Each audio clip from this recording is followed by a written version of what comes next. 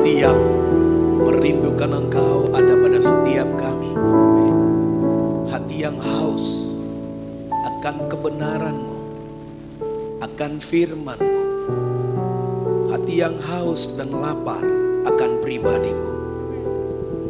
Dan biar setiap kami beroleh persekutuan yang manis, yang intim dengan Bapa, sehingga olehnya kami semakin mengenal hati Bapa, semakin mengenal pikiran Bapa, semakin mengenal rencana Bapa di dalam setiap kehidupan kami, sehingga yang olehnya kami boleh berjalan bersama-sama dengan Tuhan Yesus dan selalu dipimpin Roh Kudus untuk menjalani hari-hari hidup kami, sehingga hidup kami benar-benar memuaskan hati Bapa.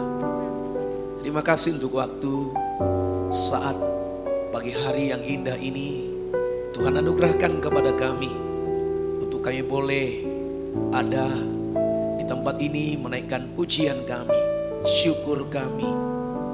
Dan kami sungguh percaya Engkau menikmati setiap kehidupan kami melalui pujian dan penyembahan kami ini. Biarlah hidup kami ini menjadi persembahan yang menyenangkan hati Bapa, memuaskan hati Bapa. Terima kasih Tuhan. Saatnya Engkau berbicara kepada kami melalui perkataan firman-Mu yang kami dengar, yang kami bacakan. Berbicara dari hati-Mu ke hati kami, sehingga siap kami beroleh pengertian, beroleh pewahyuan, bahkan siap kami beroleh kesanggupan untuk hidup sebagaimana firman itu diajarkan kepada kami, sehingga hidup kami benar-benar seturut dengan firman. Di dalam nama Yesus, firman menjadi iman bagi kami, firman menjadi kehidupan kami, firman menjadi tindakan dan perbuatan kami, firman menjadi sukacita dan kebahagiaan bagi kami, firman menjadi kesembuhan bagi yang sakit, kelepasan kebebasan bagi yang terikat, dan firman itu menjadi penghiburan bagi yang bersusah hati dan berduka cita. Terima kasih Tuhan. Berbicaralah melalui perkataan firman-Mu, urapi kami semua, urapi hamba-Mu. Kami siap mendengarkan perkataan firman-Mu, kami siap menghidupinya. Di dalam nama Yesus kami tolak segala pekerjaan iblis, segala kuasa kegelapan, kebutaan rohani, tidak mengerti firman Tuhan. Pergi kau di dalam nama Yesus, demi nama Yesus. Hanya Roh Kudus yang bekerja atas kami semua. Dalam nama Yesus kami sudah berdoa. Bersama-sama kita katakan amin. Amin. Silakan duduk jemaat Tuhan. Tuhan Yesus berkati kita semua. Selamat pagi. Salam bagi kita semua. Puji Tuhan, senang bertemu dengan kita semua pada pagi hari ini untuk kita bersama-sama menaikkan syukur kita, pujian kita kepada Tuhan, dan juga untuk mendengarkan firman Tuhan. Renungan kita pagi ini yaitu menjadi murid Tuhan. Matius pasal yang ke-28, tentu ini hal yang biasa diperdengarkan kepada kita karena dikatakan amanat agung daripada Tuhan Yesus. Saya akan bacakan mulai ayat yang ke-16 sampai ayat yang ke-20. Perintah untuk memberitakan Injil.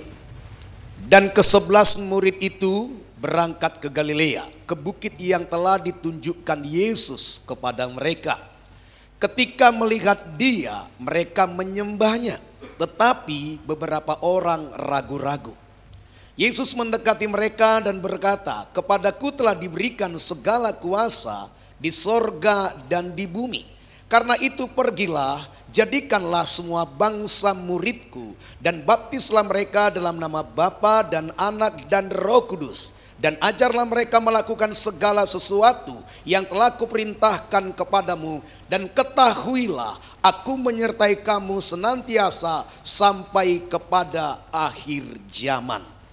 Dikatakan dalam firman Tuhan ini, karena tinggal 11 murid, waktu itu Yudas sudah pergi mengambil jalan penyelesaian bagi hidupnya dengan jalan bunuh diri.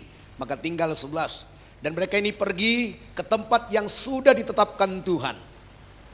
Ketika melihat Dia, mereka menyembahnya. 11 murid ini melihat Yesus dan mereka menyembah. Dan ada kata-kata dikatakan di sini, beberapa orang ragu-ragu. Ya, saudara, Bisa jadi keraguan-keraguan ini tetap ada di hati orang-orang. Tapi Tuhan gak terlalu urusan dengan orang yang ragu. Dia mengurus orang yang percaya. Jadi kalau kita mau diurus Tuhan, lepaskan keraguan, tetap percaya pada Tuhan. Amin. Yesus mendekati mereka. Walau ada yang ragu itu, Yesus bukan menjauh dari mereka. Yesus ditarik oleh iman. Orang-orang yang beriman kepadanya. Walau di kumpulan kita ada orang yang ragu. Kadang-kadang ada orang berkata begini, masa iya? Apa kata Tuhan bisa jadi? Nah itu kan keraguan. Tapi seorang saja pun beriman, itu cukup membuat Yesus datang untuk kita. Maka kita jaga, kita pelihara iman kita. Yesus mendekati mereka dan berkata, kepadaku telah diberikan, dikatakan, segala kuasa di sorga dan di bumi. Kuasa terbesar ada di tangan Tuhan. Dan dengan kuasa ini, saudara, Tuhan mengutus kita. Tuhan memperlengkapi kita. Tuhan menjadikan kita menjadi utusannya. Dan setiap orang percaya adalah utusan Tuhan. Kemudian Tuhan Yesus berkata, karena itu pergilah. Karena apa? Karena ada kuasa.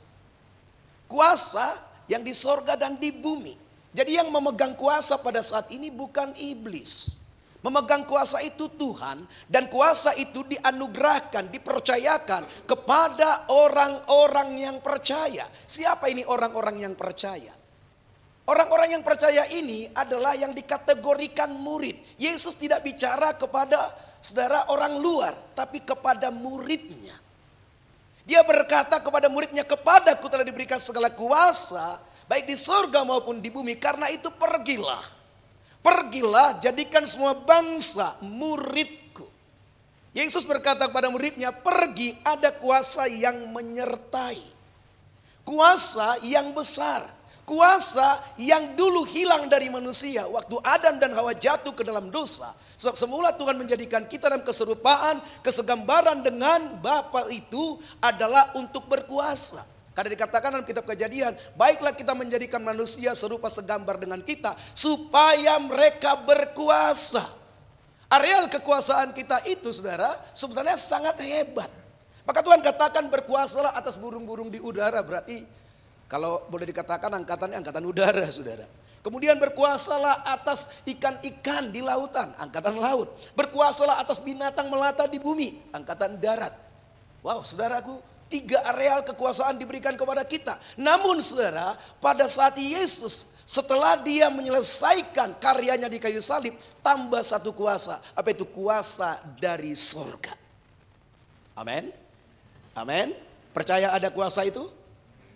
Puji Tuhan, kalau kita percaya, kalau ragu gak ada masalah, tetap Tuhan berikan kuasa kepada orang yang percaya. Nah, dikatakan di sini, karena itu pergi jadikanlah semua bangsa muridku. Kita mengambil kata murid. Kata murid ini saudara-saudara dikasihi Tuhan, ya mungkin kurang disukai orang. Karena kalau menjadi murid ini harus menjadi orang yang setia. Menjadi murid ini harus orang yang mau menyerahkan hidupnya untuk diajari. Kalau orang sok pintar nggak bisa jadi murid. Ya. Kalau saudara dikatakan murid ini apa sepertinya arti murid? Mungkin kita sudah kehilangan saudara arti murid yang sesungguhnya. Kita berpikir murid itu seorang yang pergi ke satu tempat lalu belajar di sana. Ya. Kita juga sudah melewati jenjang-jenjang pendidikan kita. Mungkin ada yang mulai dari playgroup, TK. Di zaman saya nggak masuk TK, saya langsung SD. Ya, ukurannya masuk SD harus 7 tahun. 7 tahun itu harus bisa katanya begini, pegang gini ya, telinga begini waktu itu. Dan waktu itu saudara masih umur 6 tahun, saya pingin sekolah. Lalu saya merengek-rengek di rumah, bapak saya bawa saya saudara ke sekolah, lalu disuruh gurunya pegang telinga begini. Lalu saya buat dari belakang bisa dapat begini. Dan saya katakan sama bapak, bisa pak. Lalu saya di apa ya, kepala saya digini sama bapak saya. Bohong kau katanya, kau buat tanganmu dari belakang. Jadi mesti dari gini katanya, mesti bisa pegang telinga. Itu cara zaman dulu. Nah, saudara akhirnya saya nggak jadi sekolah, nangis saya. Setelah 7 tahun baru saya sekolah. Nah saudara, kita udah lewati jenjang-jenjang pendidikan SD, SMP, SMU atau SMK. Kemudian masuk ke tingkat saudaraku berikutnya, mahasiswa saudara. Nah saudara gue dikasih Tuhan, apakah kita benar-benar menjadi murid daripada guru yang mengajar kita? Saya pikir tidak. Karena tidak seorang pun kita bertanggung jawab kepada guru kita untuk menjaga ajarannya dan menyebarluaskan. Seorang murid adalah orang yang menerima pengajaran dari seorang guru. Dan si guru itu bukan hanya mengajarkan ilmunya, tapi mengajarkan hidupnya. Dan si murid dengan guru memiliki hubungan, saudara, tanggung jawab moral. Si murid memiliki tanggung jawab moral kepada sang guru untuk menjaga pengajaran sang guru dan menyebarluaskannya. Sehingga pengajaran itu tidak punah. Itulah murid. Kita udah belajar kan matematika, PMP, sampai hari ini kita nggak jaga kelestarian pengajaran itu. Berarti kita bukan murid yang disebut Alkitab. Murid yang disebut Alkitab adalah murid yang memang menerima pengajaran dari sang guru agung dan menjaga pengajaran ini untuk terus ada, terus diajarkan, berkesinambungan sehingga pengajaran ini tidak punah. Itulah murid yang diharapkan Tuhan. Kita ini murid Tuhan. Dari mana diketahui bahwa kita murid Tuhan? Kita selalu membawa pengajaran Tuhan dalam hidup kita. Baik dalam perkataan kita maupun dalam perilaku kita.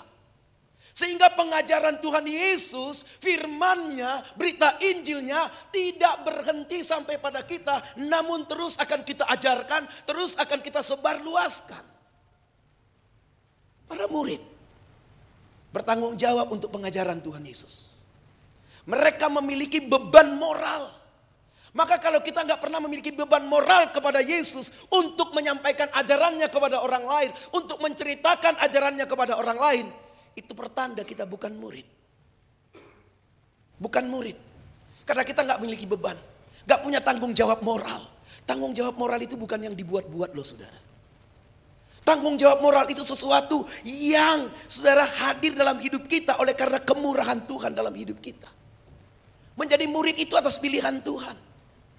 Kalau kita baca dalam Yohanes pasal yang ke-15 itu, di ayat yang ke-16 dikatakan, bukan kamu yang memilih aku, tetapi akulah yang memilih kamu. Dan aku telah menetapkan kamu supaya kamu pergi dan menghasilkan buah, dan buahmu itu tetap. Supaya apa yang kau minta kepada Bapa dalam namaku diberikannya kepadamu. Murid itu dipilih Tuhan sendiri. Amin. Ya, dipilih Tuhan sendiri. Murid itu dipilih Tuhan. Yesus itu memilih muridnya. Dia pergi ke Danau Galilea. Dia memilih Petrus dari sana, seorang nelayan. Dia pergi ke tempat-tempat lain dan memanggil orang. Dia berkata, ikutlah aku, ikutlah aku, ikutlah aku. Saudara, maka dari sini saudara dikasihi Tuhan, orang yang mengikut Yesus juga harus saudara menjadi murid itu, ada yang harus kita tinggalkan. Ada yang harus kita lepaskan. Murid adalah atas penetapan Bapa. Yohanes 6 ayat 44. Tidak ada seorang pun yang datang kepadaku jikalau ia tidak ditarik oleh Bapa yang mengutus aku, dan ia akan kubangkitkan pada akhir zaman.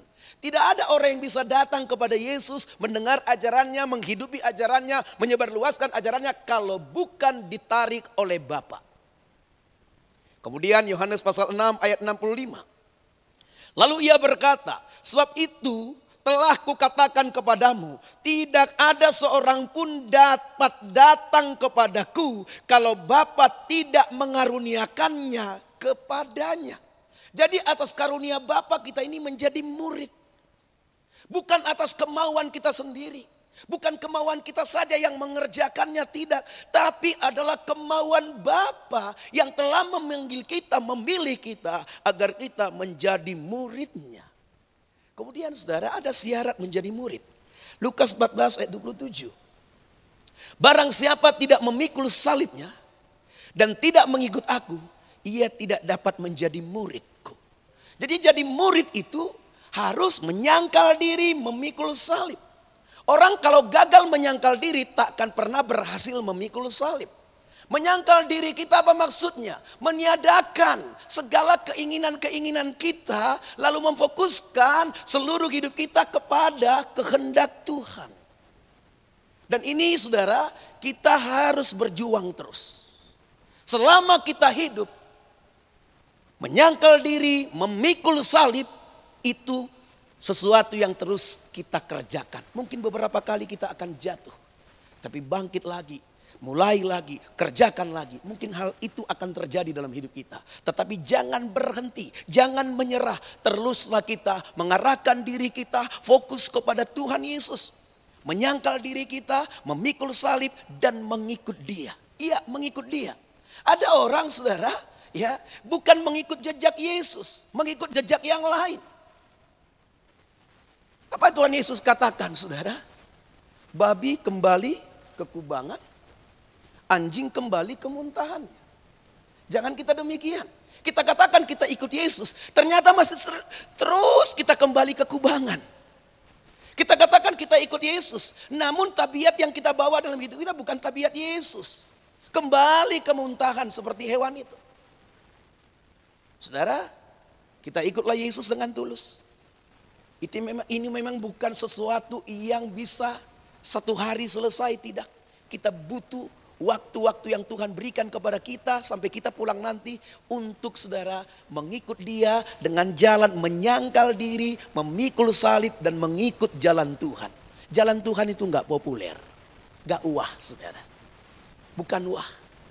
Bahkan saudara, kita harus memilih mengalah, kita harus memilih tampar pipi kiri, kasih pipi kanan, harus demikian. Dan itu mesti bisa kita lakukan. Kita harus lebih banyak saudara kasih Tuhan mungkin membiarkan kita dirugikan. Ya, karena saudara, Tuhan akan tahu caranya membela kita. Amin. Mau dibela Tuhan? Maka jangan pernah bela diri. Ketika kita berusaha membela diri kita, walau kita benar, orang akan banyak menjadi korban. Percayalah. Orang banyak akan menjadi korban. Banyak akan menjadi korban ketika kita berusaha membela diri walau kita benar. Biarkan Tuhan yang bela kita. Amin. Ya. Lukas 14 ayat 33. Demikian pula lah tiap-tiap orang di antara kamu yang tidak melepaskan dirinya dari segala miliknya tidak dapat menjadi muridku. Kita juga harus melepaskan diri kita dari apa yang kita miliki, jangan terikat kita dengan itu. Untuk mengikut Tuhan kita jangan terikat dengan apa yang kita miliki. Kalau Tuhan anugerahkan kepada kita harta benda, kekayaan itu semua fasilitas saudara pendukung untuk melayani Tuhan. Bukan hal yang terutama itu. Yang terutama adalah Tuhan. Bagaimana kita mempergunakan semua kasih karunia anugerah melalui saudara kekayaan, keuangan, saudara materi-materi yang berlimpah dan begitu. Bagaimana kita memakainya untuk Tuhan. Bagaimana kita bisa terus melayani Tuhan tanpa kita terganggu olehnya. Amin. Tanpa kita terganggu olehnya. Maka kita harus siap sedia melepaskan. Kemudian saudara, kehidupan murid Tuhan Yesus. Seperti apa muridnya? Tinggal di dalam firman. Yohanes 8:31. Maka katanya kepada orang-orang Yahudi yang percaya kepadanya, jikalau kamu tetap dalam firmanku, kamu benar-benar adalah muridku. Jadi pengakuan ini datang kepada kita. Tuhan berkata kamu benar-benar muridku kalau kita tetap tinggal dalam firman. Amin. Mungkin dirugikan tapi tinggallah dalam firman. Mungkin kita saudara dianiaya, teraniaya, tertindas, tapi tetaplah tinggal di dalam firman. Jangan karena kita ingin membela diri kita harus keluar dari firman. Jangan. Itu merupakan suatu kesalahan besar dalam hidup kita. Karena hanya untuk membenarkan diri kita harus keluar dari firman. Jangan kita keluar dari firman. Tetap tinggal dalam firman. Amin. Kemudian saudara hidup di dalam kasih. Yohanes 13 ayat 35. Dengan demikian semua orang akan tahu bahwa kamu adalah murid-muridku. Yaitu jikalau kamu saling mengasihi. Mengasihi orang yang baik dengan kita itu gampang. Tapi coba mengasihi orang saudara yang membuat hal-hal yang jahat pada kita, bisa nggak kita? Mesti bisa. Di dalam nama Yesus mesti bisa.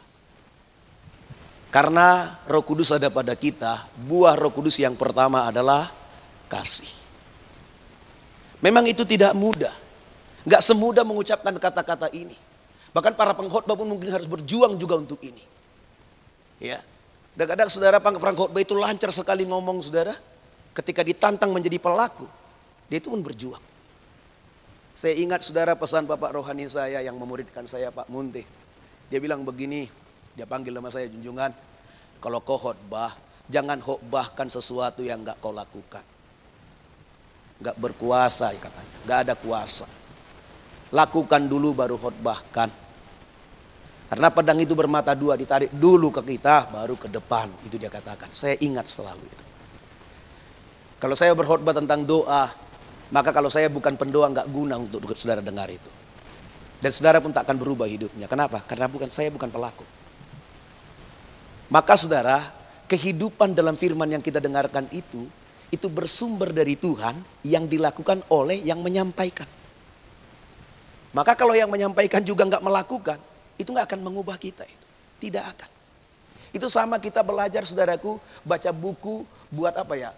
Membuat roti gitu ya. Kita belajar dari buku ya. Dan rata-rata orang gagal. Kenapa? Buku itu hanya mengajarkan teori, bukan kehidupan. Tapi kalau saudara belajar dengan pembuat bukunya, penulis bukunya, saudara akan lihat bagaimana dia menghidupkan apinya, berapa lama dia dimasak, bagaimana cara, saudara akan lihat semua perilaku. Bukan kata-kata, lihat perilaku. Maka kalau saudara lihat perilaku, saudara kita bisa berhasil kalau melihat perilaku. Maka perilaku ini penting dalam hidup kita. Amin. Mari kita hidup dalam kasih. Murid Tuhan Yesus hidup dalam kasih. Amin. Haleluya. Nah saudara, saya pernah punya persoalan dan ini saudara banyak mengubah hidup saya. Ya, ada seorang saudaraku dikasihi Tuhan, saya memang di atas dia posisi saya. Lalu dia melakukan sesuatu yang salah, lalu saya tegur. Lalu dia ngajak saya berkelahi, saudara. Kalau berani ayo, dia katakan. Lalu saya pikir, Tuhan di gimana? Apakah harus kembali kepada masa lalu lagi? Sementara masa lalu udah saya tinggalkan semua. Memang saya pernah menghidupi hal-hal yang untuk berkelahi, pernah. Ya, bahkan ngajari orang berkelahi. Tapi itu udah saya tinggalkan, itu udah masa lalu. Lalu dia, karena saya nggak mau diajak berkelahi itu. Lalu dia berkata, banyak-banyak orang, banci, bencong dia katakan. Saya usap dada sajalah. Saya coba menahan diri. Sekalipun dalam hati saya menggerutu juga memang. Tapi satu hari saudara, ya kita sedang kerja, karena kami tinggal satu rumah. Tuhan katakan pada saya, cuci bajunya, semir sepatunya. Saya kata sama Tuhan, apa ini Tuhan? Dia itu bawahan saya. Dia itu masih posisinya di bawah saya. Masa aku nyuci bajunya? Masa aku nyemir sepatunya? Tuhan katakan, kerjakan. Saya nangis ngerjakannya. Saya cuci bajunya, saya nangis di kamar mandi. Nyuci. Saya semir sepatunya. Waktu dilihatnya semir, hei jangan kau pegang-pegang sepatuku. Najis kau katanya sama saya. Wow saudara. Tapi saya lakukan. Selesai. Tahu gak saudara, perkara itu membuat saya sangat-sangat mudah melepaskan pengampunan. Peristiwa itu saya ingat waktu itu di Riau. Dan dari situ saya belajar. Bisa mengasihi dan bisa mengasihi orang yang sekalipun merugikan. Orang yang sekalipun saudara menindas. Bahkan saudaraku menyerang kepribadian saya bisa mengasihi. Itu awalnya. Jadi kalau Tuhan suruh kita melakukan sesuatu yang gak masuk akal menurut dunia ini saudara, lakukanlah demi sebuah kasih. Amin. Iya, kemudian murid itu berbuah banyak. Yohanes 5:8. Dalam hal inilah Bapakku dipermuliakan, yaitu jika kamu berbuah banyak dan dengan demikian kamu adalah murid-muridku. Berbuah, buah itu ada saudara jenisnya. Buah karakter kita itu dikerjakan oleh kerjasama kita dengan Roh Kudus. Karakter itu saudara sesuatu yang harus kita tumbuhkan bersama dengan Roh Kudus dan itu bukan spontanitas. Itu nggak bisa terjadi blek tiba-tiba, nggak bisa. Untuk berbuah itu nggak ada yang namanya instan, proses. Tapi kalau karunia Roh Kudus itu karena dibutuhkan pelayanan kita, maka terjadi kesembuhan.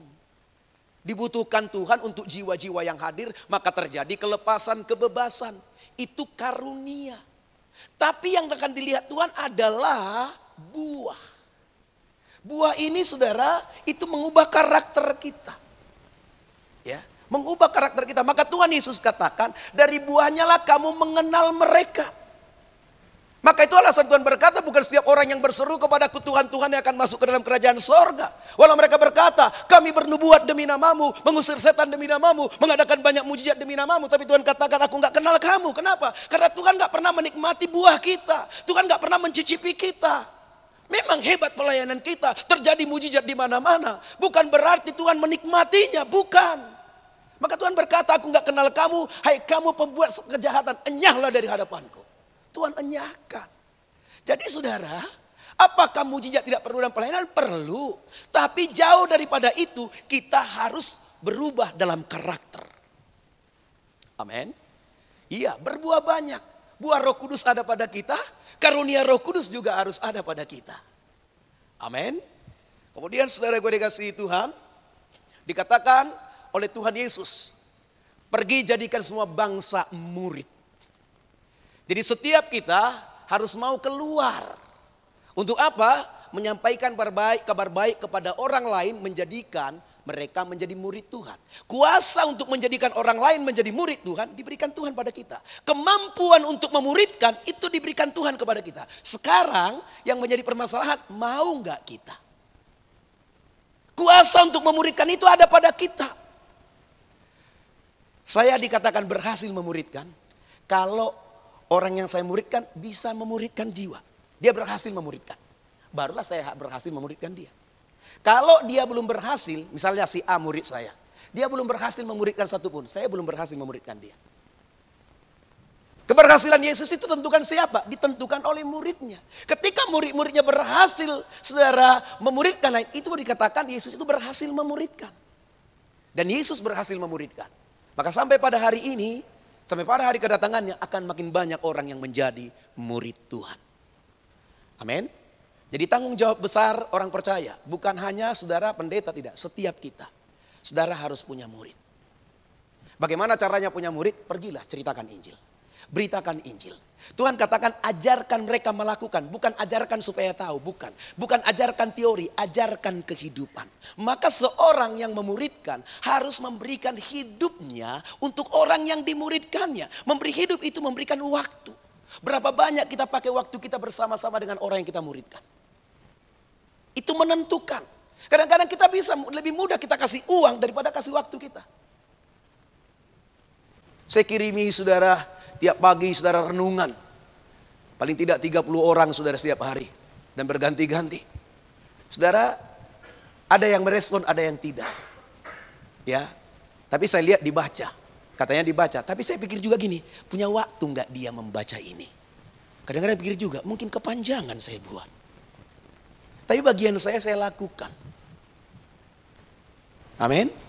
Kepada berapa orang kita tiap hari bisa berbagi firman, ayat firman. Yuk mulailah saudara.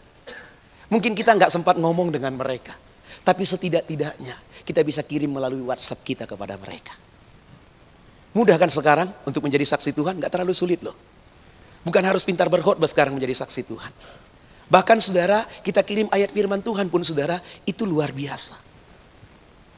Tapi mau nggak kita? Maukah kita? Itu nggak berapa lama kok gitu. Saya pakai waktu saya saudaraku antara 45 menit sampai 1 jam untuk 30 orang. Karena saya harus ngetik. Dan ada sebelumnya, hari sebelumnya udah saya ketik. Baru saya kirim. Nah saudara, mari kita ambil bagian untuk memuridkan. Dan untuk ini yang pertama kita lakukan, kita harus mau jadi murid. Bersyukur di perusahaan ini, saudara masih punya kelompok-kelompok sel, pemimpin-pemimpin rohani yang memperhatikan kehidupan rohani saudara. Ya, di luar sana nggak banyak perusahaan yang seperti ini. Bersyukur saudara ada di sini. Saya mau katakan bersyukur saudara ada di sini. Bahkan gereja pun kadang-kadang nggak memperhatikan kehidupan saudara, kehidupan rohani. Maka dari gereja nggak terlalu penting saudaraku untuk bersekutu, membuat kelompok kecil. Tapi syukur di tempat ini saudara mendapatkan itu. Dan saudara, saya harapkan kepada Tuhan, berdoa pada Tuhan, Andiopsit ini bisa memuridkan banyak jiwa. Amin. Amin. Nah saudara, ini bagian kita. Saudara, Andiopsit ini apa sih? Dia bukan gereja saudara. Tapi kenapa punya beban untuk memuridkan jiwa? Saya pikir ada di hati Pak Gondo. Haleluya. Dan ini sesuatu hal yang harus kita syukuri kepada Tuhan. Mari kita semua menjadi murid Tuhan. Karena ini adalah hal yang terpenting dalam hidup kita. Kenapa? Karena satu hari Tuhan Yesus datang. Lihat, perhatikan saudara. Waktu Yesus datang ke dalam dunia, dia mencari murid. Dia selalu pergi bersama-sama dengan murid. Dia mengajar, saudaraku, apapun yang bersama-sama dengan murid. Bahkan waktu dia mau mati pun dia cerita pada murid. Kemudian saudaraku dikasihi Tuhan, waktu dia dianiaya, dia hadapan murid-muridnya. Dia mati. Ketika dia mati, dia bangkit. Dia cari siapa? Dia cari Pilatus? Bukan. Cari imam-imam besar? Bukan. Cari muridnya. Lihat pentingnya jadi murid. Dicari, dia nggak urusan dengan Pilatus. Dia nggak datang ke sana. Pilatus, nih saya bangkit nih. Imam-imam kepala, nih saya bangkit nih. Nggak urusan dengan dia itu. Dia nggak urusan dengan itu. Yang diurusinya muridnya yang sedang berduka. Dia cari muridnya, dinampakkan dirinya kepada muridnya. Dan di hadapan siapa dia terangkat ke sorga? Di hadapan para murid-muridnya. Kepada siapa dia berjanji bahwa dia akan datang kembali? Yohanes pasal 14 berkata, aku pergi kepada Bapa untuk menyediakan tempat bagimu. Kepada siapa bicara? Kepada murid. Itu bukan kepada orang banyak, saudara. Kepada murid. Maka penting bagi Tuhan Yesus muridnya. Saat dia juga datang kembali nanti yang kedua kali, dia akan datang menjemput muridnya. Maka pastikan kita menjadi murid Tuhan. Kalau selama ini kita kurang serius jadi murid Tuhan, seriuslah kita menjadi murid Tuhan. Karena murid itu penting bagi Tuhan. Dan dia pasti datang mencari muridnya, menjemput muridnya, membawa muridnya. Amin. Puji Tuhan saudara. Mari kita jadi murid Tuhan yang setia dan sungguh-sungguh kepada Tuhan. Haleluya. Mari kita bangkit berdiri.